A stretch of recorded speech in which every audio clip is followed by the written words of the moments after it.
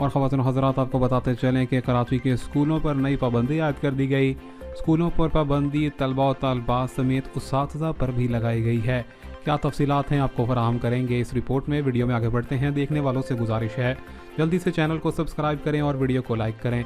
आपको बताते चलें कि बहुत से तलबा और तलबात की जानिब से इस हवाले से शिकायत मौसूल हुई हैं कि दौरान क्लास उस्ताज़ा जो है मोबाइल फ़ोन इस्तेमाल करते हैं और तलबा और तलबात के सवाल करने पर उनको जवाब जो है वो गुस्से में दिया जाता है।